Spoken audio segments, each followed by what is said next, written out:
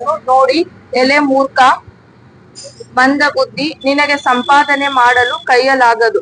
ನಿನಗೆ ಮೃಷ್ಟಾನ್ನವೇನಿತ್ತು ನೀಡಬಹುದು, ಉಚ್ಚಿಷ್ಟವೇ ನಿನಗೆ ಗತಿ, ಬೇರೇನು ಮಾಡಲಾಗದು ಎಂಬುದಾಗಿ ನಿಷ್ಠೂರ ವಚನಗಳನ್ನಾಡಲು ಶೋಕಾಕುಲಚಿತ್ತನಾದ ಶ್ರೀಕರನು ಮನೆ ಬಿಟ್ಟು ದೇಶಾಂತರ ಹೊರಟು ಹೋದನು.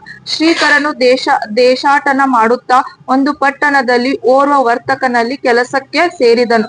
ಕೆಲ ದಿನಗಳು ಉರುಳಿದವು, ವರ್ಷಗಳು ಕಳೆದು ಹೋದವು.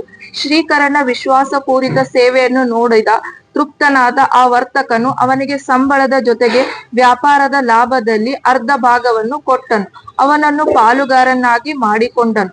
ನಿರ್ಮಲ ಸ್ವಭಾವವಾದ ಶ್ರೀಕರನನ್ನು ವಿಶೇಷ ಧನಾರ್ಜನೆ ಮಾಡಿ ದೊಡ್ಡ ಶ್ರೀಮಂತನಾದನು.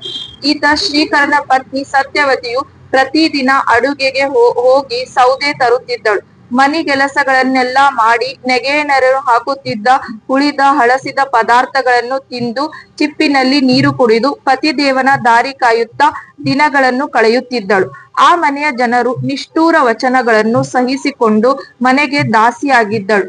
ಶೌಕನಾದಿಗಳೇ ಕೇಳಿ, ಇಂತು ನಾನು ವಿಧವಾದ ಹಿಂಸೆ ಕೊಡುತ್ತಿದ್ದರೂ ಸತ್ಯವತಿಯು ಸಹನೆಯಿಂದ ಇದ್ದರೂ ನಿಷ್ಕಾರಣವಾಗಿ